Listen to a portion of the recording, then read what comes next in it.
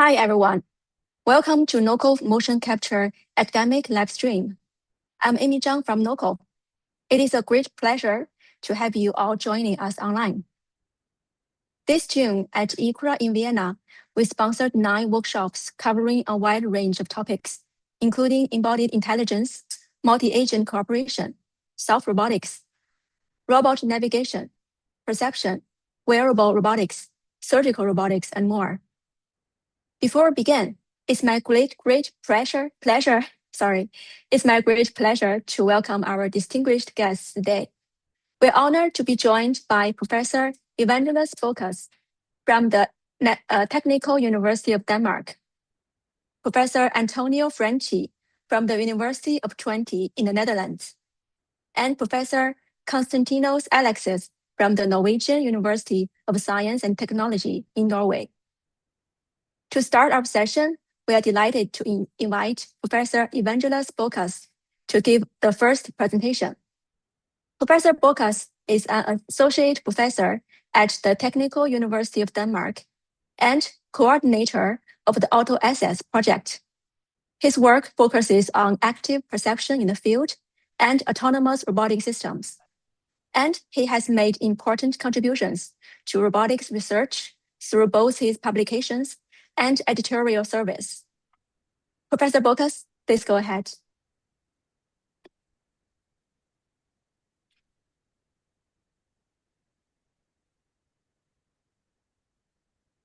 Hello? Hello. Hi. Thank you so much. Thanks so much for the introduction. I'm sharing.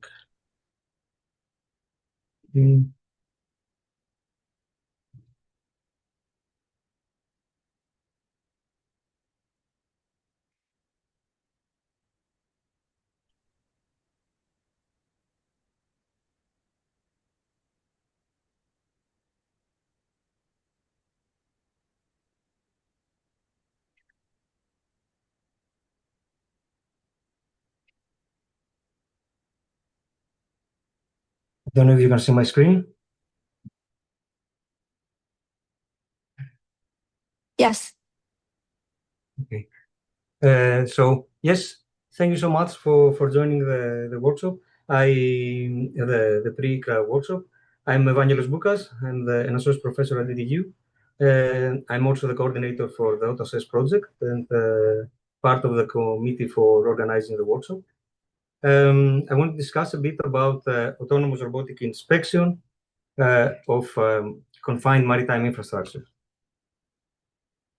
Just to give a little bit of motivation in the area, large marine structures must endure harsh environments. Those are large structures in the sea, and they have to undergo operations that are harsh, and sometimes accidents like the one that you see now on the screen happen. So it's important for those structures to be inspected regularly, and after the inspection, we get maintenance plans, so we avoid having accidents like the one that you see in the screen. There is more than 50,000 vessels that are regularly monitored for corrosion by human surveyors. We need to inspect areas like cargo holds and ballast tanks, and there is significant problems and limitations that arise from this. For example, it's very hard for humans to navigate in these tight and dangerous spaces, and on average, there is 1 death per week in these areas. Inspection currently takes takes a lot of time. For example, a typical inspection of a large tanker can take up to 15 days, and the inspection costs are significant. It can take up to €1 million for every time we perform this kind of inspections. The idea is that autonomous robots can help remove human surveyors so that we can avoid deaths. We can provide a much more reliable and accurate inspection. And we can estimate that we can save up to 9 billion euros per year on just inspection costs. So a project has been funded by the European Union, which is called Autonomy, where we have collected some of the world's top experts on autonomous robotics in different fields. And we believe that we can transition from the current solution, which involves humans in those confined and dangerous areas, as you can see here on the right. Humans have to go up dangerous ladders. They have to be into confined areas with gas, and in general, it's a situation where it's very dangerous. So on the right, we have what we imagine, what we envision, which is autonomous robots taking over from humans and being able to traverse autonomously the areas, take images, collect thickness measurements, and humans can stay outside of the tanks and just read the sensor data and make decisions on the maintenance of the vessel. So just for you to be able to visualize a bit what it looks for, how it looks for robots in these areas, you can see some of our application areas. So you can see here videos from our robots that operate those environments. We have vessels of different ages and different conditions. You can have vessels that are very new and they have no corrosion, or you can have vessels that are very, very old, let's say 20 years old, that have significant corrosion. Also, the environment is hard to navigate with the robots, as there exists dust and lack of light in those environments. Therefore, we need to address those issues too. An overall system could be seen here, and this is the actual system of the Autonomy, where we have different. On the left side, you can see our top level system. It's a user interface where the users are supposed to give only high level commands to the robot. And then we have two at least application areas. One is the ballast water tanks and the other is the cargo hold. And we have several robots, at least three, the exploration UAS, the inspection UAS, and the tether UAS. Each one of those robots perform a different action. The exploration robot is able to autonomously explore the area without knowing a pre-existing map. The inspection robot is able to collect images and also thickness measurements, while the tethered inspection robot is able to do both exploration and inspection, but in larger areas, like the cargo holds. Several technologies need to be combined here for this application to be fulfilled. We have navigation and path planning, being able to create paths for the robots to operate in, this environment. Control. Some of these areas are very tight, therefore specific control architectures need to be developed that avoid the disturbance and turbulence of that is generated by the robots itself. Also, we have a special case where we need to touch and maintain contact with the environment to take thickness measurements. We also have localization and mapping, and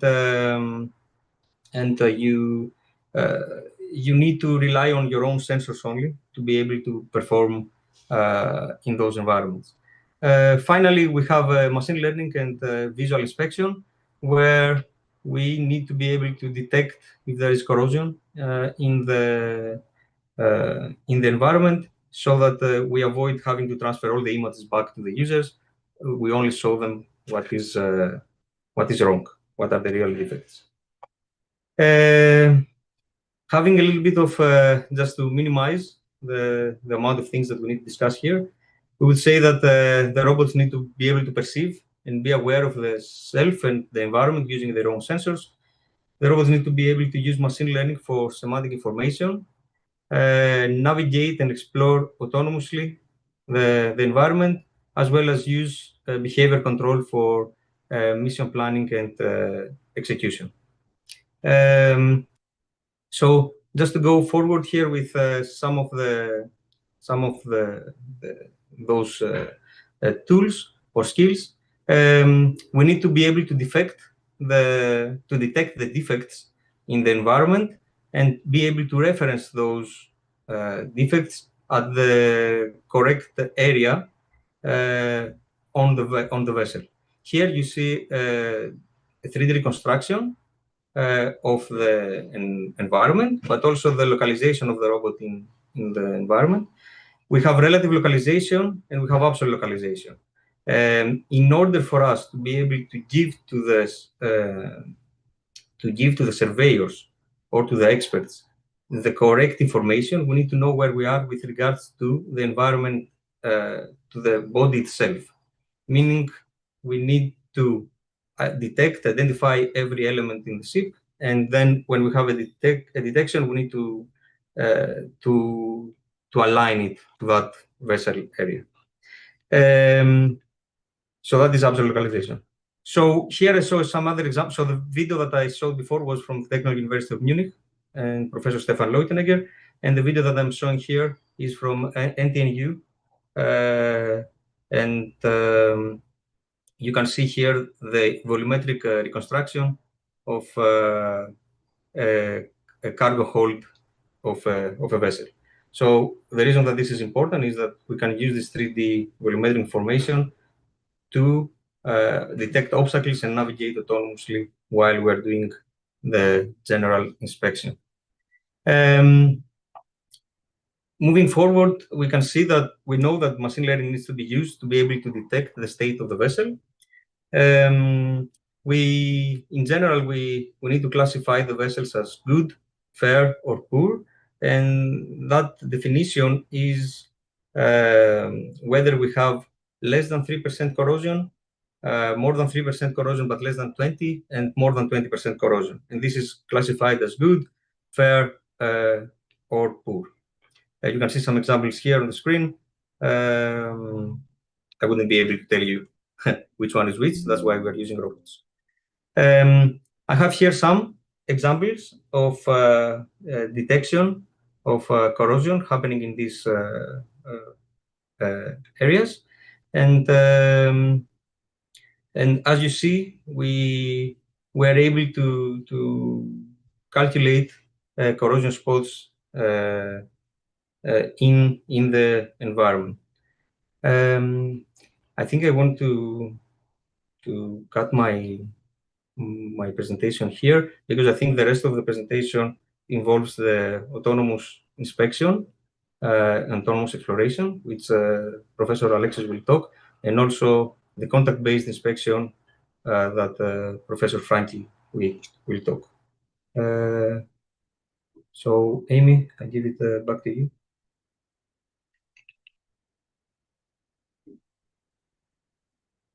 Hi, thank you very much, Professor Boukas, for your excellent presentation.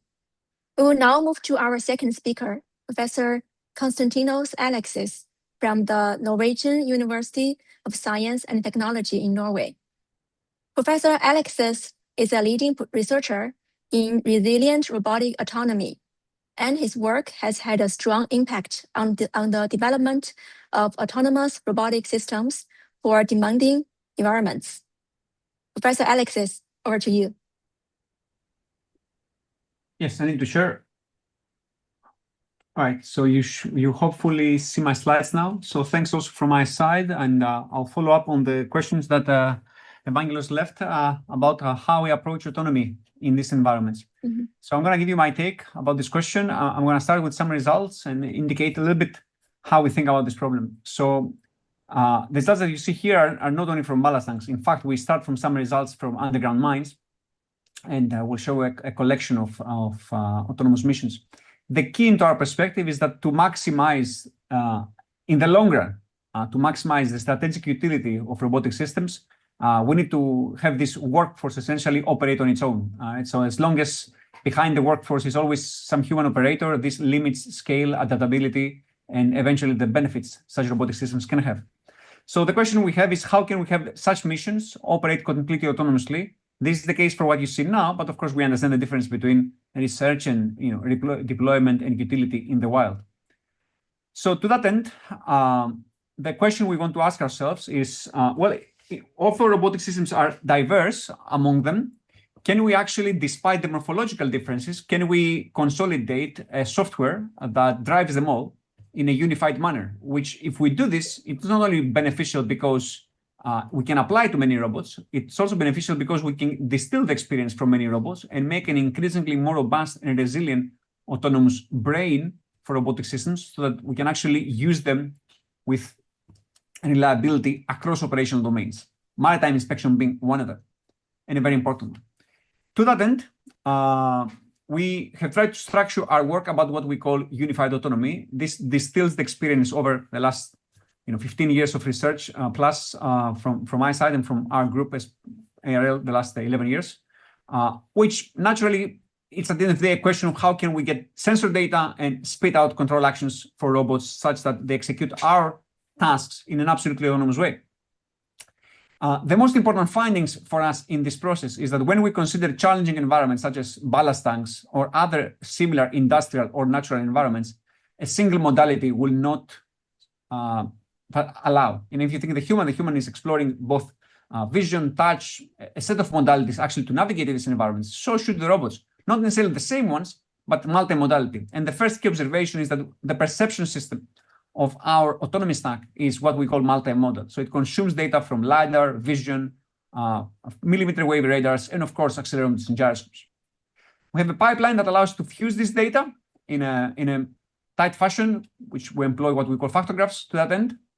And this essentially allows you to take all the constraints, all the information that the different modalities add, and cast together a global optimization problem, sorry, not global, common optimization problem, which of course you don't solve it in a global manner, you solve it in a sliding window manner.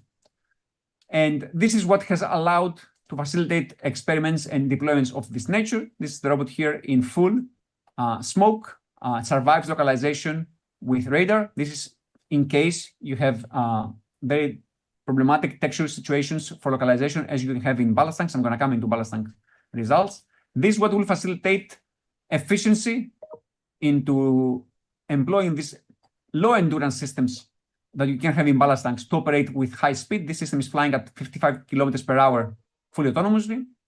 And we put a lot of emphasis into the modalities that are not commonly used, such as radar, for example, because, of course, many of the industrial environments of interest are not as simple as flying in these well-lit conditions where vision would work. They are more like what we will see in this part of the video, where the robot navigates in environments that are not well lit.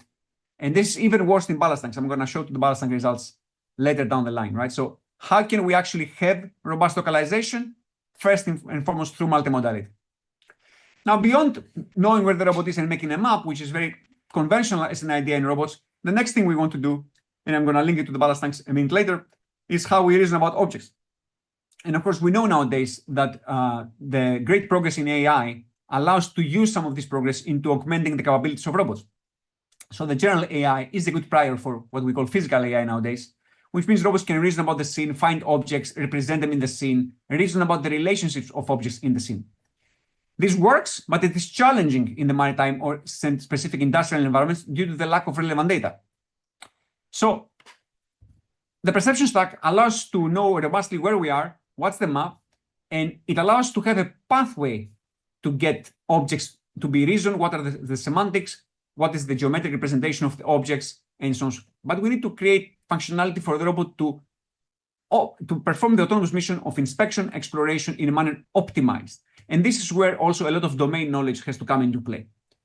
So when we first think of path planning for these missions, we think, first of all, that we must deliver three key functionalities.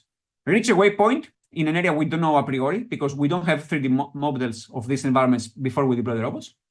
Explore an area fully, so find the map first time if you don't have the map in the beginning. And then for every subsequent mission, or even within the same mission, if the robot has sufficient remaining battery, inspect the map in detail. When we discuss what is in detail, we have to take specific knowledge, and there are regulations about how these vessels have to be inspected. It's really what's called one arm's length viewpoint, and so on and so forth. And we can encode all this information into the behavior of the robot. So we have built what we call this universal path planning methodology across different robots. Initially, we're developing this solely for exploration. These are instances from the DARPA challenge. This is eventually 5 robots deployed, but 4 robots performing exploration for 1.2 kilometers collectively inside this mine, cave, and urban infrastructure environments. The team had the opportunity to win this challenge in DARPA in 2021. But we took this experience afterwards and tried to generalize. Instead of having something that's quite specialized to the set of environments we had in mind back then, we want something that is very general. And this, for example, in the double bottom of a ballast tank of a ship, which has to negotiate these narrow passages. Humans fit through that, but for robots, it's always a little challenge to negotiate narrow geometries. They have to explore the environment with their sensors, so it requires correct sensor configuration for this to be efficient, of course, and then they eventually have to come back home, right, so on their own. Now, interestingly, these environments are quite large, and we take for granted that the robot is fast, but actually the robot is quite challenged to be fast in these environments because the geometries are so constrained at instances, and you have to fit through these narrow passages. So making this autonomous is very important because in any case, down there, you wouldn't have communications, right? So it would be impossible to calibrate the robot. And what we believe is that we can emphasize on the different aspects of robotic systems and how each robot offers unique capabilities, from flying to ground to what is especially relevant for ballast tanks, because our project AutoAssess focuses on flying robots. But in fact, we know many ballast tanks are inspected with underwater robots also, because, and that's particularly relevant if you want to achieve inspection of ballast tanks during the transit time of the ship, with some of the ballasts necessarily containing water. So there's a lot of also importance to create methods that can guide also underwater robots to execute these tasks. And this is what we are showing here. This is an application, an underwater robot mission. Now, beyond this type of generic exploration or inspection missions, what we have understood is also that the human inspector knows what they are looking at. And we have distilled this information to create a path planning methodology that focuses on the areas that we understand according to the expert input we have received from people that work in the maritime domain as to what is interesting. And for example, here, the robot will pay special attention to the longitudinals, this metallic structure that you see being horizontal on the ballast tank. So the robot will do something that is very intuitive. It will map this environment in the beginning on its own. It will create this graph, these blue dots that you see, which represent only the longitudinal, so the areas of high importance for inspection. It's going to do this for the first room. Well, when it says for the first room, it's the first time it saw this geometry. It's going to go in the second room, and the moment it goes to the second room, it's going to find out that the same pattern exists. So the same, it's a new room, but actually it has the same geometric topology of this semantics of interest. And from now on, because I mentioned multiple times so far that it's quite tricky for the endurance of the systems to map as big as the areas as necessary. So from now on, to speed up the mission, it's going to hypothesize that the next room contains these longitudinal structures in the same places equivalently. And of course, it's not blind to this hypothesis. If something was to be different, it would have adapted, so we have some functionality for that. But because it ends up being that the room is actually the same, it has 30% more efficient exploration and inspection times, just simply because it knows where to look at, right? It's not only just flying around, it already knows where to look from the previous explored areas. Of course, if you had a previous mission in general, you will already have encoded this information, and you will be that efficient from the very beginning, from the first room. And this goes on and on until the end of the mission of the robot. Now, I want to go one step back, however, before inspection and exploration, and comment that in my experience in all these field tests, from mines to ballast tanks to forests to whatever, the problem is typically not to facilitate this high-level behavior. The problem typically is to facilitate safety in strenuous, demanding, and unconventional environments. And this is why in our research we have put a lot of emphasis in what we call multi-layer safety, which means that although what you saw before never crashed it could have, and typically crashes happen because your odometry, your localization faces a small error. You didn't map an obstacle in the map, and then you blindly command the robot to either go, although your coordinates are wrong, so the robot thinks it's going the correct way, but it's actually drifting, or it hasn't seen an obstacle. And luckily, modern approaches in deep learning allow us to create secondary methodologies to safeguard the robot from this. So what we have here is two methods. The methodology is not necessarily the key question here. One of them is based on model predictive control and neural encoding of scientists' fields. What it does at the end of the day, functionality-wise, that it assumes that the path is collision-free initially, but then it tests it at every given time. So in case there is a map error or localization error, very locally the system will react to some other obstacle that has appeared in the scene. And here what we show even that at the end of the day, this can work so well that we could even fly without mapping or even with highly drifting localization. And we don't intend to fly without mapping or with very drifting localization, but this means that we can actually respond to case of errors in maps or errors in localization. We achieve analogous results with deep reinforcement learning, a bit more creative trajectories, but at the end of the day, very analogous results. And of course, the benefit there is that you don't have to think of this tuning yourself so much. You just have to have a lot of simulation capabilities about the environments of interest. And we know these things work pretty well in terms of deployment in the reality after successful training with a lot of domain optimization. So I want to pause here a little bit. We have some other functionalities about further safety. And I want to pause to the key point that I believe for industrial uptake, we have to consolidate all this research to functional modules. And I think academia has quite a role to play there because if it wasn't for robotics being so open domain with publications and open sourcing, this acceleration in industry wouldn't have happened. So to push this frontier, we have currently released this autonomy stack as an open source contribution. And we have also a module which we call Unipilot that carries all the sensors one needs to really run the autonomy stack as we have it from our side. The compute necessary, which is a very standard computing board. And you simply just put it on any of your flying robots or ground robots and get the same capabilities as I mentioned before. So again, this is now identical software as open source in mines, in ballast tanks with a flying robot inspecting as this is a quite narrow actually ballast tank as compared to the previous ones I showed. Goes to the next room and keeps continuing. Fast flight inside urban environments, ground robots, and so on and so forth. So with that, I'm going to close. Again, my message is that we need autonomy to be resilient. And I think another aspect is that we need autonomy that is consolidated among robots. So it's not really that we have to build it from scratch for every different machine. And that's what we're trying to push from our side. Thank you. Okay, thank you, Professor Alexis. Thank you for your insightful presentation. And for our audience from all the live channels, remember that you can leave your questions anytime in the chatting area. We will have the QA session later on. Now we will move to our third speaker, Professor Antonio Franchi from the University of Twente in the Netherlands. Professor Franchi is a leading expert in aerial physical interaction with broad contributions to intelligent and interactive aerial robotics. Professor Franchi, please go ahead. Thanks for the invitation and for the nice introduction. Let me share the screen.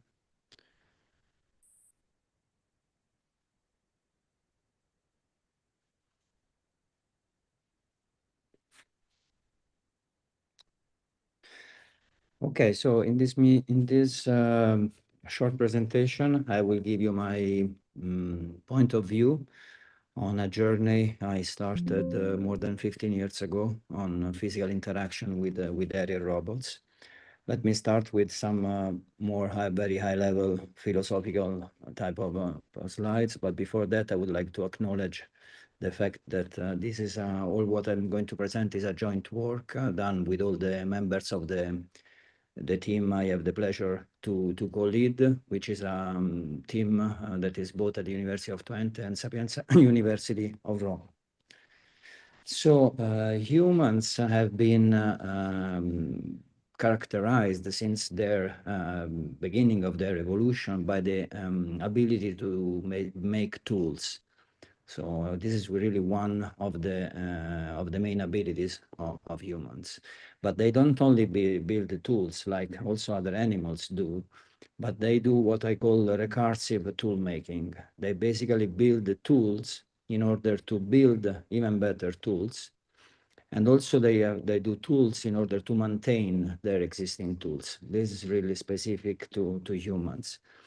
And this process basically has been driving our progress from the Stone Age until today. We still are very much bound to this cycle. And robotics, it fits perfectly in this line. Robotics, in my view, is the modern expression of this ancient ability. And the goal of robotics should be to solve what are called the 3 Ds, the dull, dirty, and dangerous tasks. Robotics can be used and must be used in order to enhance human health and human safety, and should, in my view, augment the human work and not replace it. So the vision I have is that to have a future in which intelligent robots can act as partners and actively maintain our world. In the same way, tools have been always used to improve and to maintain other tools.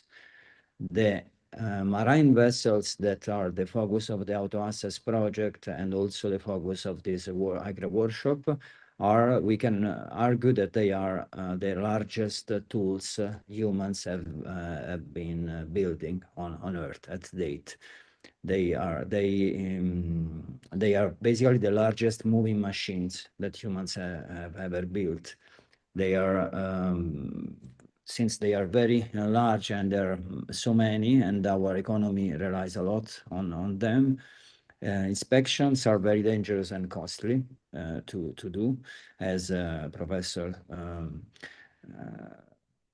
the first speaker already introduced, and also both speakers had been talking about this. So the use of aerial robots is mainly in my view, to reduce the inspection time, the cost, and the human risks. I've been working mainly in one topic on aerial systems, which are aerial manipulators. In the first decade, I've been working on what is called physical interaction. We have done work on pioneering aerial physical interaction in order to obtain stable interaction. And also we worked on fully actuated and omnidirectional platforms and articulated and morphing structures. We typically, our research pipeline is based on using rigorous model-based control, because in this way we can understand the why and not only understand how to do something, but also why things can only be done in a certain way, or what are the boundaries of our technology and how to extend them. Also, we do explorative mechatronic designs, because in one sentence, a software cannot fix physics. So if the design is not capable of doing something, we would never fix this just with software. We have been working also on aerial cable manipulation, robots that are flying and tethered with cables. In this way, they can, for example, transport large objects, or they can exploit this for physical interaction. And we have worked on cable suspended systems for robust bus control, for physical interaction, and also for communicationless control. So our research philosophy has been to follow what I call the innovation pipeline. We operate in parallel research tracks. For example, as I said, physical interaction with aerial manipulators and cable manipulation. And we, at the same time, try to do research on activities that are a different level of maturity. First level of maturity, research that are just at the concept level, in which we mainly work on the mathematical modeling mathematical understanding, and we just do some simulation. In this way, we are unconstrained in our imagination, but we are still grounded by rigorous math. I consider this part like the seed of our research line, research garden, let's say, the seeds. The level 2 is when we try to develop laboratory prototypes or proof of concepts of our ideas. We do experimental validation, and we see whether the math we have developed on paper can survive the physics. And level 3, we do integration of systems at higher TRL with industrial hardware, and we try to do robust integration together with other partners, and this way we can really do the final proof. And there is a continuous cycle. We push the ideas from L1 from the first level to the final level, if possible. Sometimes some activities remain at the first level. Sometimes we also start some activities directly at higher level. So I will now present a few of these research, just a small sample. For example, an activity we have been working on recently, and which has been published on Science Robotics, and the research leadership have been by Xiao Sun, now before at the University of Twente, and now at the Delft University of Technology. So in this level, in this work, in this system, we integrated several levels of planning, control, estimation, and with other identification algorithms. This allows a very fast motion by a system composed by a few drones and cables, and allows obstacle avoidance, kinematic planning, adaptation, and robust control even in presence of wind. So you see there are several non-idealities that are considered in this complex integrated work. Another highly integrated work is the physical interaction in the context of the auto-access project that allows commercial platform like the Flyability Helios 3 in this case to inspect physically in an autonomous way without the presence of a pilot, using a non-destructive testing sensor, the thickness, to measure the thickness and the health the health condition of surfaces present in industrial plants, and in the case of the auto access present in on the ship. We have recently got accepted a work in which we have shown that the physical interaction can be handled very robustly and precisely and with high precision and performance by an autonomous algorithm. And this is the algorithm in action, and you see on the left the robot, and on the right the measurement. This is completely based on the onboard sensing. There is no motion capture, and there is no human in the loop.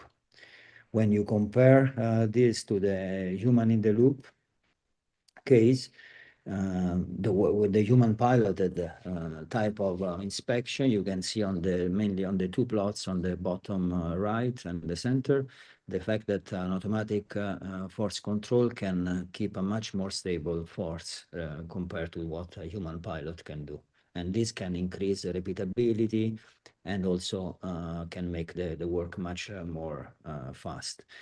In addition to make the job of the human much better, because the human doesn't have to go inside, the operator doesn't have to go inside the ballast tanks, which is very dangerous. So we also have a different type of drones that we develop in-house to try to overcome some of the problems of standard commercial drones. In this case, you see a non-directional concept, which is capable of flying at different attitudes and perform force control. This system still uses a motion capture system, for localization. because the main focus is on the physics and the modeling and the control part, which still has to be brought to a level that can be fully integrated in a real scenario. But it's very promising. And in particular, one main hurdle has been to tackle the very difficult ergonomic phenomena that are present in this particular case of omnidirectional platforms. We also work with a new type of sensors, like soft optical tactile sensors that you can see on the right, and the different electromagnetic sensor for inspection. We do predictive control, and we, in general, explore different optimized type of structures, of mechatronic structures. Instead, at the level 1, still at the level of math, we are now we have been starting a new research line in our group, which is in line with the soft robotics research line that has been present in the robotics community for years.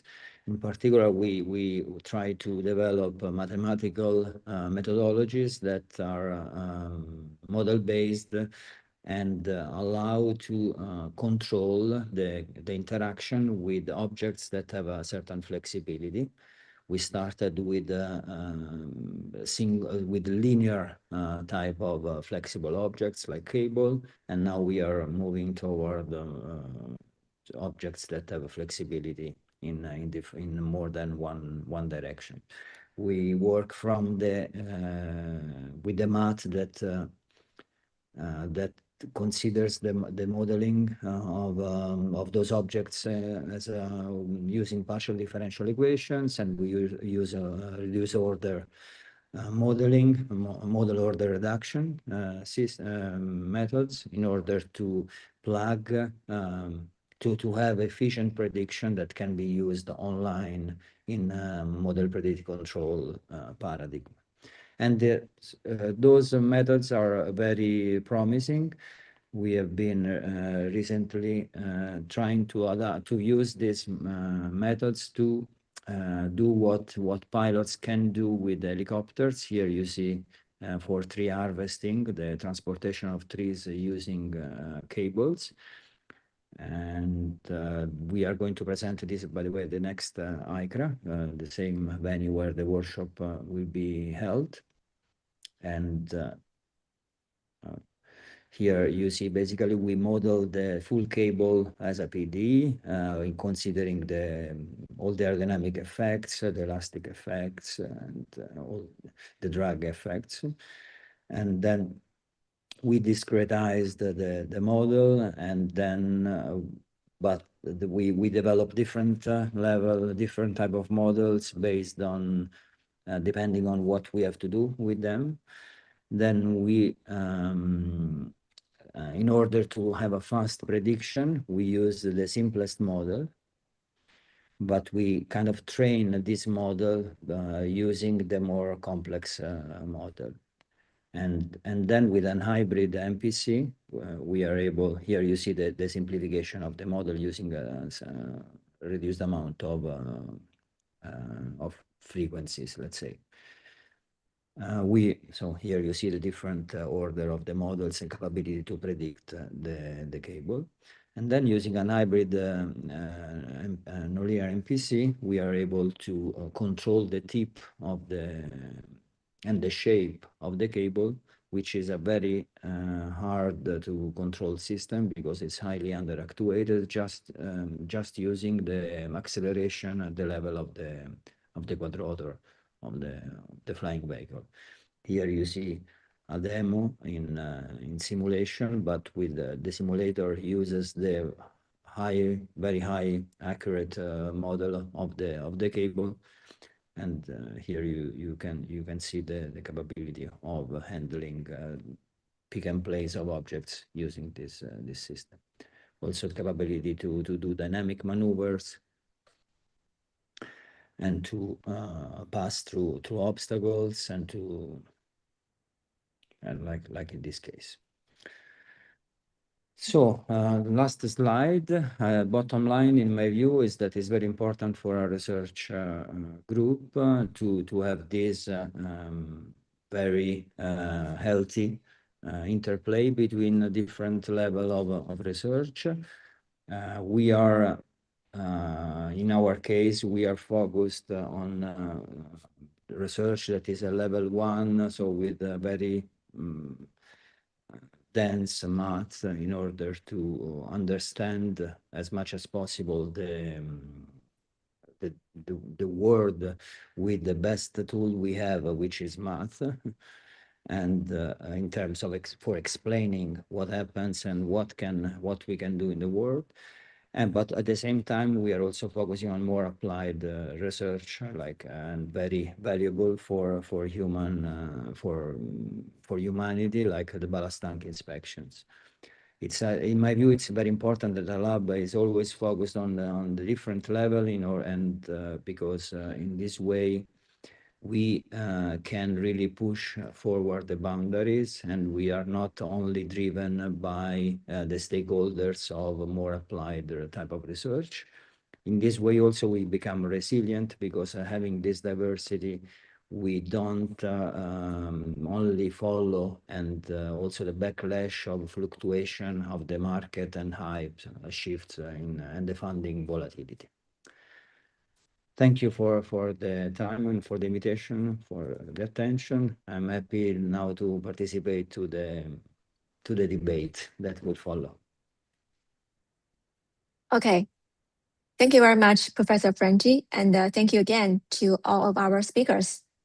We will now move to the panel discussion on research gaps in the state of art for reliable autonomous robotic maritime inspection and the QA session. These two sessions will be moderated by Professor Evangelos Boukas. Professor Boukas, over to you. Thank you, Amy, and thanks so much to Antonio and to Kostas for the very nice presentations. We have now a panel discussion. My question that I want to put to the table has to do with autonomous operation of inspection robots, and specifically the question to Antonio and to Kostas is, what exactly do you think are the research gaps, if any, or non-research, but in general barriers to having this envisioned fully autonomous inspection robots? And that is the question. And Antonio, if you have any answer for us? Thanks for the question. Yes, I think, in line with my presentation, it's very important to both focus on the full autonomy, but also on more basic functionalities that maybe we are still not yet at the maximum capability of that the technology can give. So the way I see it, I would maybe I can reply to the autonomy part, to the full autonomy part, but I would like also to explore in parallel, maybe later, possibilities to see whether there are more narrow functionalities that still are not should be we should devote time and resources on them, even if they don't just as a byproduct ensure full autonomy. Sorry, going back to full autonomy, I think that we are on a good track. Robots are not only moving sensors, they have been conceived since the very beginning as physical actors. So they should do the physical job that is one of the most dangerous part. And so it's very important, I think, to put together the physical aspect and the perception and the planning part of the robot in a synergistic way. That is possibly the most difficult part, in my view, because I think we, especially also in our community, we see a kind of split. There are part of the community that is very proficient in one side, and another part which is very proficient in the other side. Plus, possibly because of the different also language and different type of questions, different type of methodologies that are required in the two parts. I mean, the more perception and planning part and the physical interaction part. There is also a kind of barrier in communication between the research groups and even software developed. The specifications maybe are different. So if we want a full autonomy, I think we could work in improving this interface, trying to let the two community understand each other better and develop some general scheme that tries to be good both for both worlds. Okay, so to tick the important aspects required, for example, in terms of accuracy or bandwidth or type of memory requirement, energy, power, and that are good for both worlds, computation power and type of sensors. Yeah. Because of course you cannot always put everything in every in a robotic system, otherwise it would be too heavy, too costly, and so on. So it's a resource constraint optimization that needs to satisfy both needs. And yeah, so maybe one thing to summarize, one thing we could do to try to improve the or to go toward full autonomy would be to try to solve this problem, to put more tight together the cooperation between the physical interaction aspect and the sensing, perception, and planning part.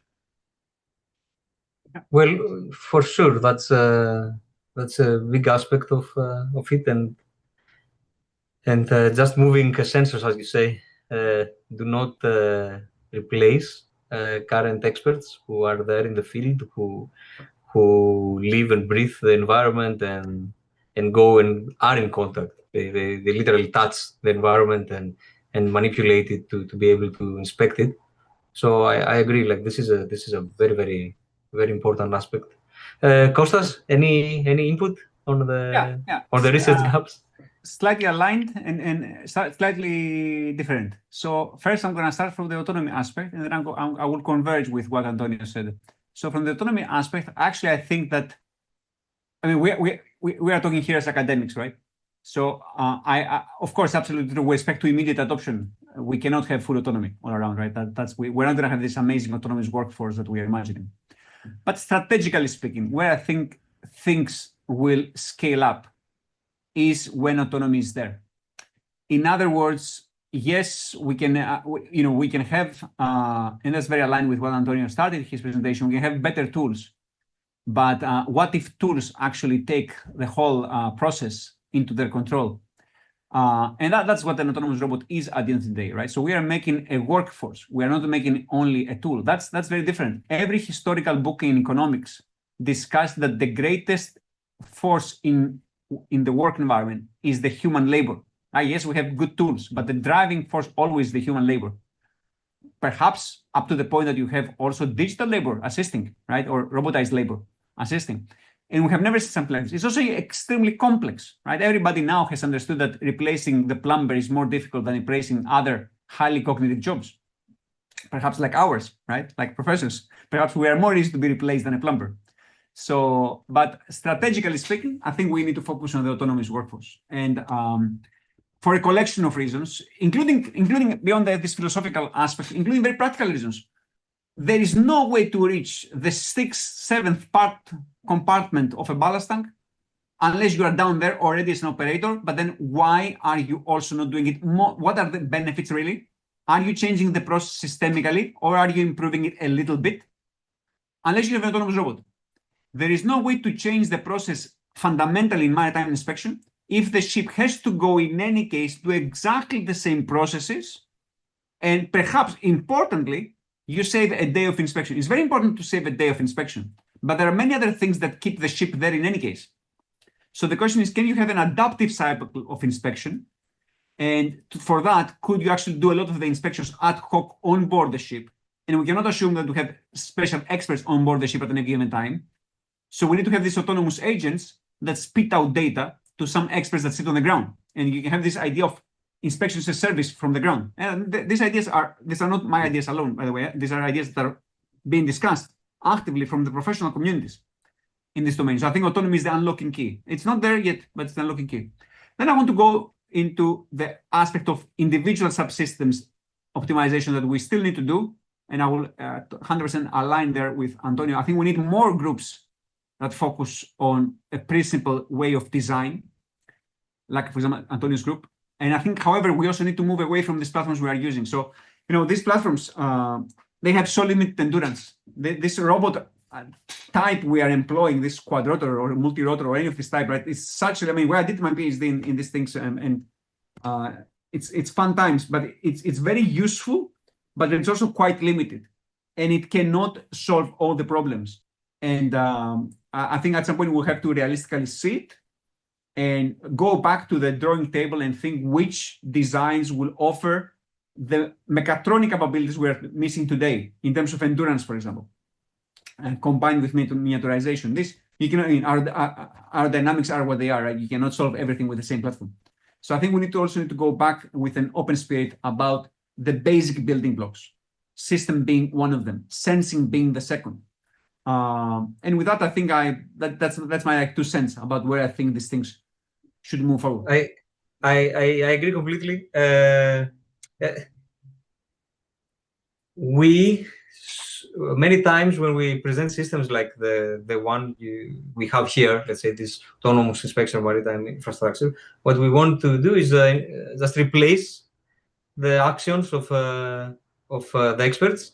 So we sit down and we say first step, second step, what's happening now, and we say, okay, how can we replace it with autonomous operation? Actually, it might be, as you said, Kostas, just now, it might be an opportunity to revisit the way that things happen. It's the process, right? It's not only the robot. Yeah. Exactly, it's the whole process. So maybe there is no need, as you said, to wait until the ship is in the shipyard to do it. Maybe, as you said, it can be ongoing. Maybe you don't need to inspect all the areas that you inspect before as a human, because you have in-the-loop systems that are more clever and are ad hoc tested. So I agree with you. One thing that I would like to add here is the trustworthiness of the systems that are developed, which is always the case, right, in any robotic solution. How do you trust that the robot is doing what's supposed to be doing, especially when it's fully autonomous, especially when you're using a lot of machine learning techniques, where we have our domain, which we might have data, or we might have simulations. We have some domain, and you have validated that it works on that domain. What if this domain changes? For example, those ships that we are operating change all the time. It's a different ship when it starts and when it finishes in terms of the appearance, if you're using vision-based techniques, for example. So I believe this trustworthiness can only be built from progressively increasing the autonomy, from lower level autonomy that can work, let's say, reactively, could work based on depth estimation and not vision techniques, so that's more robust, and then start building on top of it progressively and verifying at each level. I'm not talking now just about the research part, I'm talking about the acceptance part. So that is I think it's an aspect, the trusted autonomy. It's an aspect that in order to have the approval from the end users, we need to look into. Not that I claim I have done it. I think in the interest of time, there are some questions. Should we take them, Evangelos? Is this I think it's after. I think we have like 5 minutes, and we'll do that. Okay, we do. After. Okay. Next step is the questions. So I think maybe if we continue our panel discussion here, I want to combine the comments of Kostas and go back to Antonio about the hardware specifically and the limitations of the hardware. So Kostas just said that, and I agree fully, that the platforms we are using, even in AutoAssess in our project, they are limited in aspects. For example, flight time, maneuverability, etc. And this case that we have is challenging. Why? Because it's a small confined areas, but also very large areas that we need to inspect. So you need to make something that's small that fits through manholes, but also you need to go very long range. So what is your opinion on the limitations of the hardware that we have available, or the architectures in general that we have available right now? Yes, thanks for the question.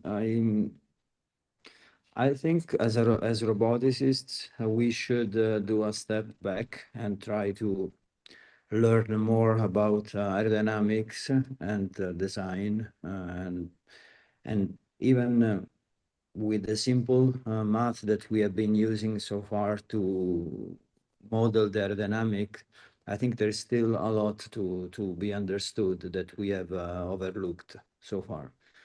And we have overlooked it only because this is I would say, we have been doomed by our own success.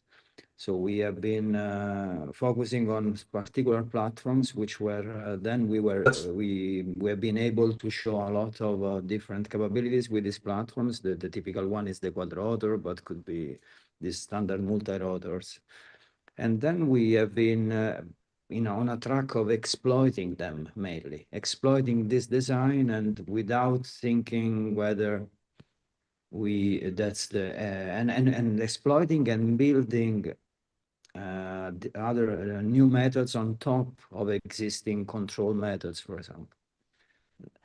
So we have created some interfaces, some shells, and then built our systems, our more integrated systems on top of those shells. My suggestion is, let's open back these shells, look again with the new eyes, because 15 years after, we could have a much better understanding with the technology changed.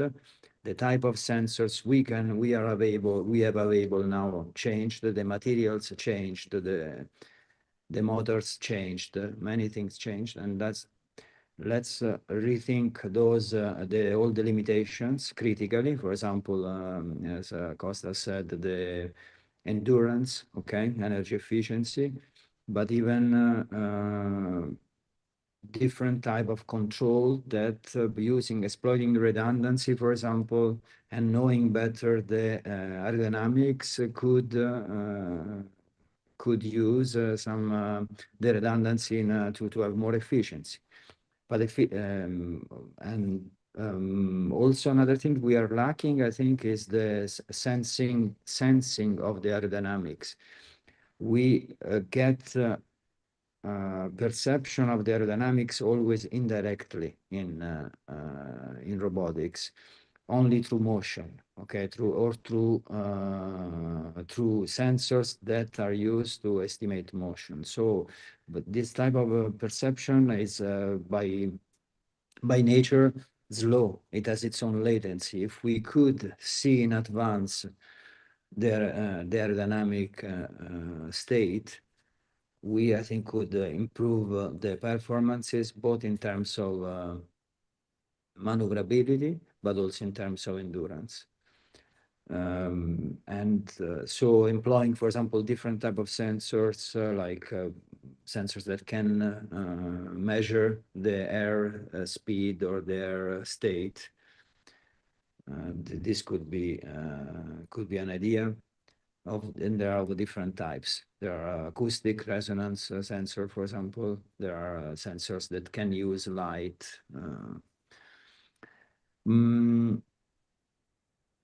Yeah. Yes, so I think this is we should really try to look at all the things with new eyes, not and having patience. So because this process is gonna be a bit painful. We are going to break the legs on which we walk. Yes. And to try to make the walking more efficient, and this means that there might be this requires time, and maybe at the very beginning it won't be immediately rewarding. But we, as a researcher, I think we need to not to be afraid to fail again and not to be rewarded in the immediate time, and to delay this rewarding too, because we know that our research is going to bring us much farther. That is true. That's very true. I agree. The limitation that we consider now, the physics limitation that we consider now with flying robots, actually we know from evidence that that the way the control architecture actually and the aerodynamics affect a lot the flight time. So it could be that we take that into advantage. We take advantage by knowing this aerodynamic effects much better. And you also have presented in the past solutions like perching and being able to not fly for a moment there to maintain battery, etc. So you have so it's an important important aspects also. Kostas, any input on on how we solve these problems that you you posed before with flying time and I think Antonio hinted into the direction, right? So I mean, you just have to go, and perhaps it's not only about robotics. Robotics has always been a multidisciplinary field. There's no per se thing called robotics, right? We're not doing algebra here or something like this, right? It's a mixture of things. So you have to go, both yourself be educated, perhaps also go back and work together with the groups that have been specialists in these domains. There is domain know-how that we're not using. We're using quadrupeds, we're using the same glider aircraft all around. There's much more in the history of aviation and designs. And today there's much faster ways to test things. There is orders of magnitude easier simulation for aerodynamics than what existed 20 years ago. I think we just have to go back a little bit in this. This doesn't require all the robotics community to go look in this direction. In any case, it won't happen. People will ask about vision language models. That's where the majority of people will go. You just need to have a selected set of people go look into these designs. The problem, and I think that's really the challenge, the problem is make the results not be like noise in the system. Because occasionally some ideas are presented, but because they're not easy to follow, they are not picked up. And that's really the challenge of academics. You need to also not only show that it has promise, but we need to show that there's a pathway for its adoption. And I think that's actually the latter is the harder part. I feel very confident about the engineering challenges, but the latter is the harder part, right? Showing to people in the innovation ecosystem that there is a path to adoption. Exactly. That's great. I agree. I agree completely. This we need to be a little bit more risky and think outside of the box, and then also we need to show not the academic merits and the research merits of our result, but also the applicability, as you said. I think we should wrap up. Thank you so much for the discussion. I think I learned some things. I think we'll go now to the next part, the last part of the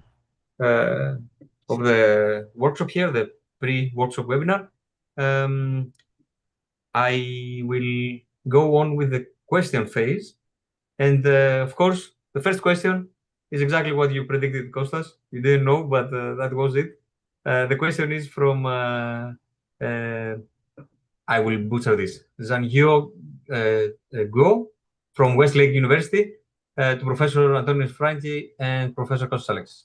With the recent rise of VLA models like Stanford's AR VLA, do you see vision language action or world action models becoming the dominant paradigm for aerial manipulation? Specifically, what are the primary bottlenecks for the real-world deployment of such complex marine environments? And it has also sub-questions, which it's maybe too much, but I will go through.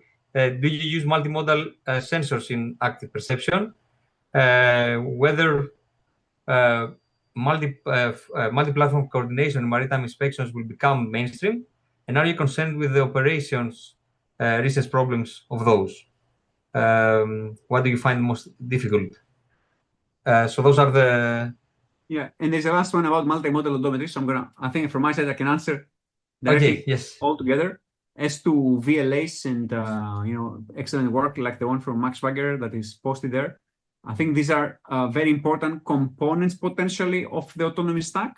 But let me just highlight that they're building on top of the underlying building blocks of autonomy.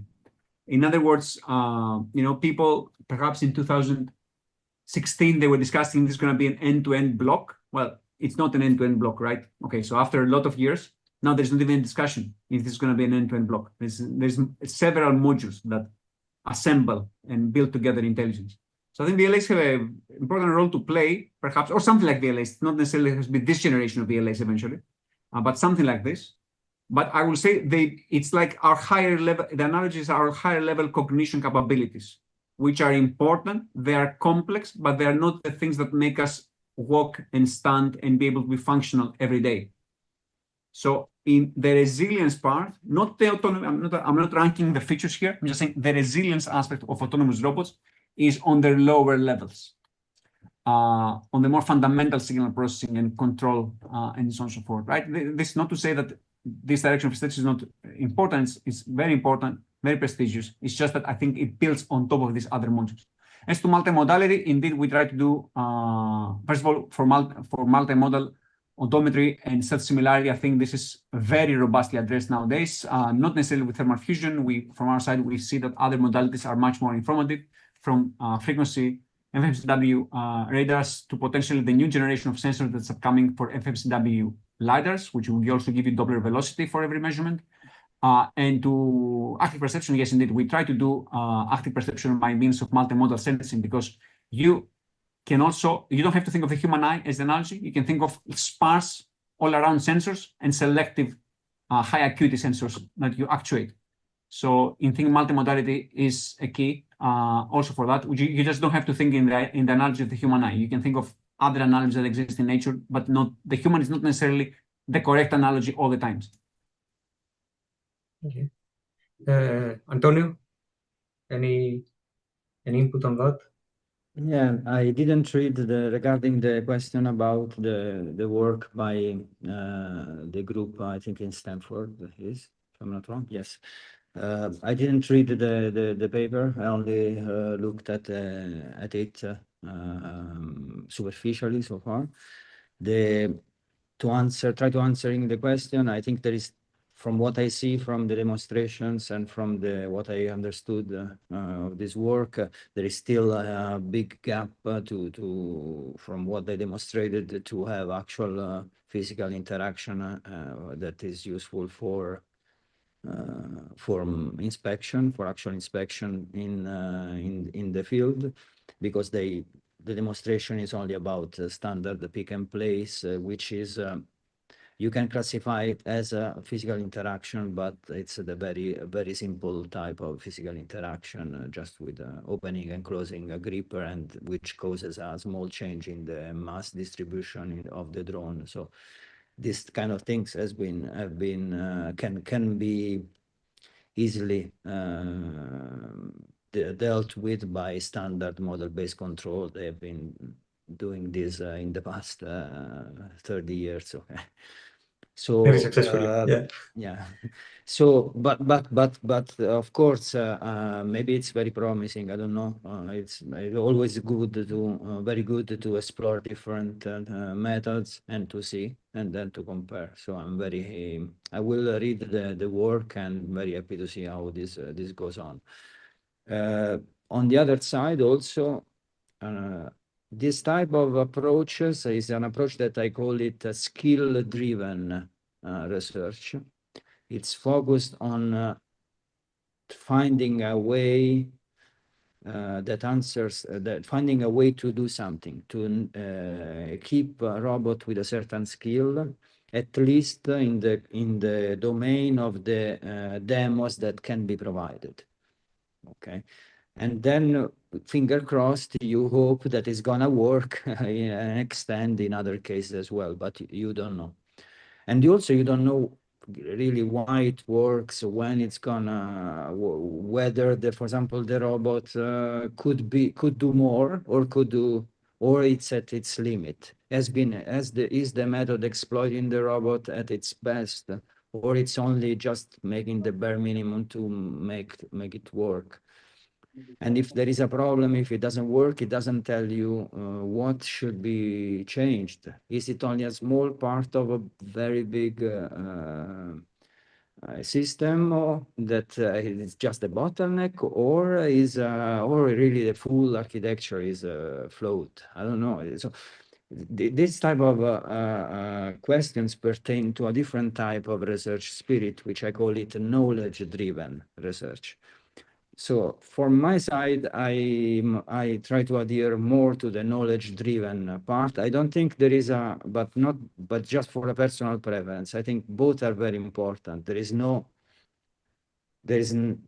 cannot exist one without the other. I think the researchers should focus collectively on both. Okay. But for me, it's more rewarding to try maybe to be less ambitious, focus on something that is maybe a smaller feature, but trying at least for that particular thing to understand the whys and the reasons behind. For example, is the robot able to do this type of physical interaction task that we require, or it's not possible because the rotors are not placed in a way that allows controllability for this particular type of action. I don't know. So if you focus only on let's try to make the system do the job, but the system is already given, then you can never answer this type of questions. But yeah. So this is my take, superficial, Yes. a bit high level take on it. Thank you so much, Antonio. I think there is a point here also. What exactly is it that we are tuning and training? And I have heard Kostas before speak about a more unified autonomy and unified methods, not just software, but also hardware, and all of them operating all of them together. The adaptation of all of those aspects together. Maybe I should just continue on the next question, so we cover a little bit more questions. There is a practical question here that says how to solve the ship shaking problem. This is one typical question that arises. Says the gravity direction is important to the UAV. If not correctly estimated, the UAV might fly in tilting pose, and the gravity direction is hard to estimate when the UAV is missing. Kostas, I think you have solved it. We haven't solved it, but I think there have been discussions in these directions, and there have been, I mean, just to say, there have been early attempts, not only from us, but also from other groups, let's say, in this general fashion.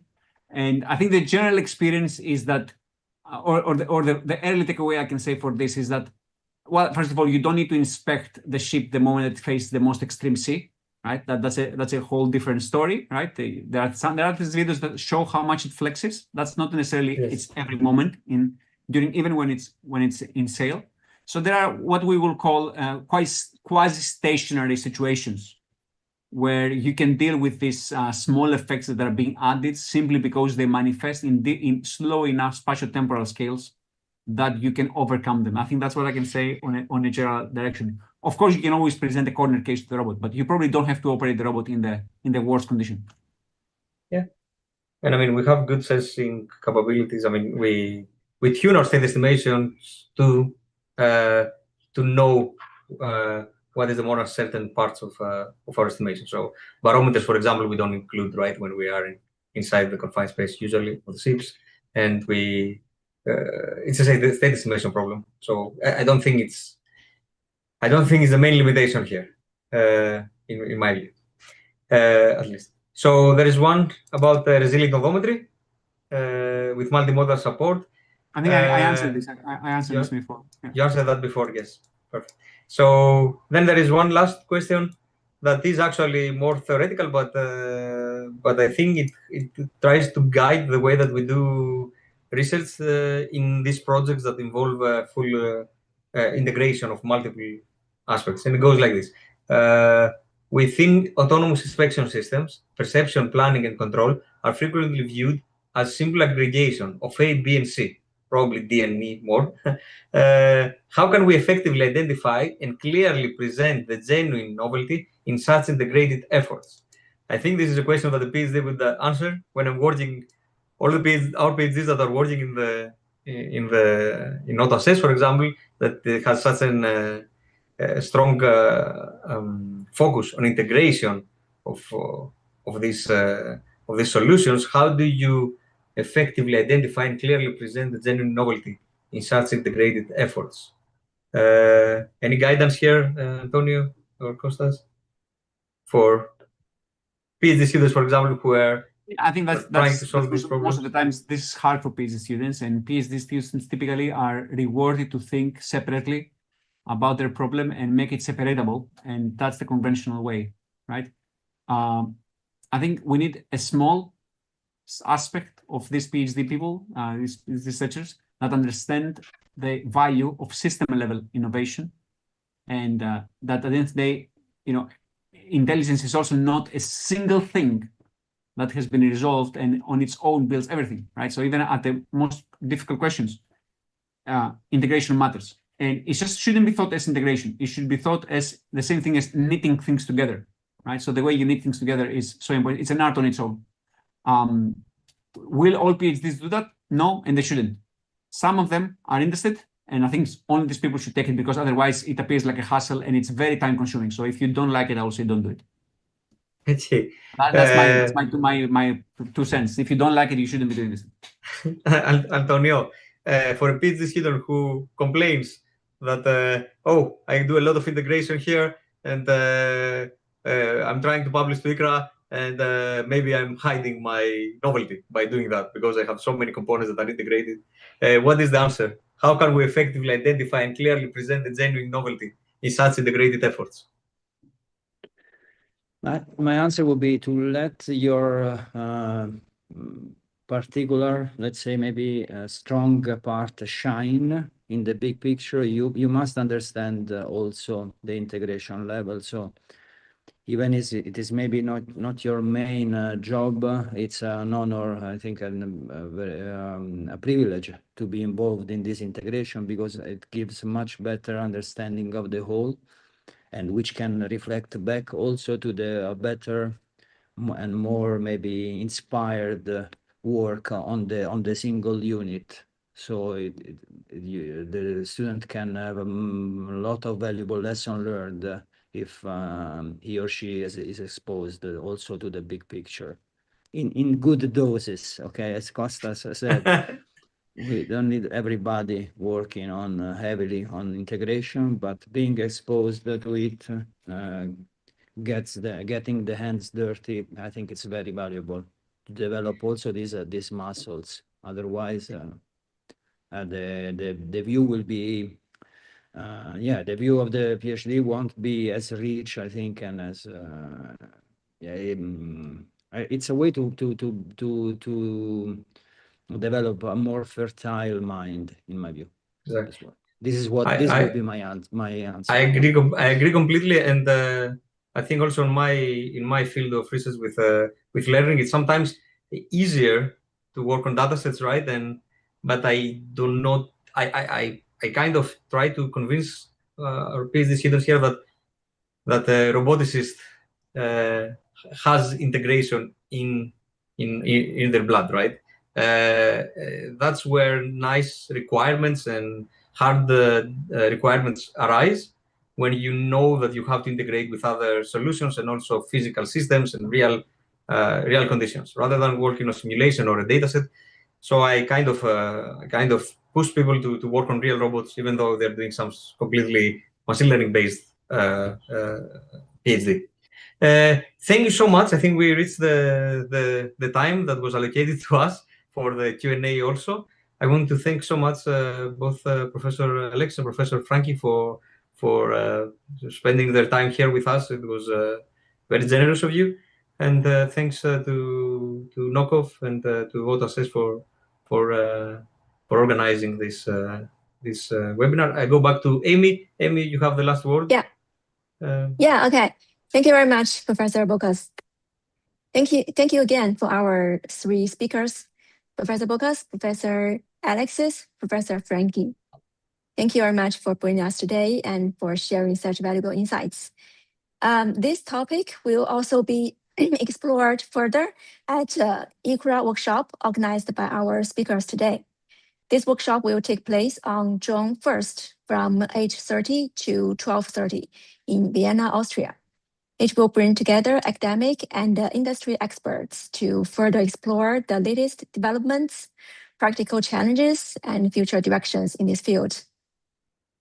At the same time, Knockoff will also be supporting 9 workshops during ICRA, so please stay tuned for more updates. And during ICRA in Vienna, Knockoff will host a Knockoff night at Konstantinos Museum, a social dinner and a networking event. Please follow our social media channels for the latest news and event details. To stay updated on our social events like ICRA 2026, follow us on our LinkedIn or our Red Note for reviewers in China. Thank you again for joining, everyone. See you next time. Thank you very much. Thank you. Thank you. Bye-bye. Thank you. Bye.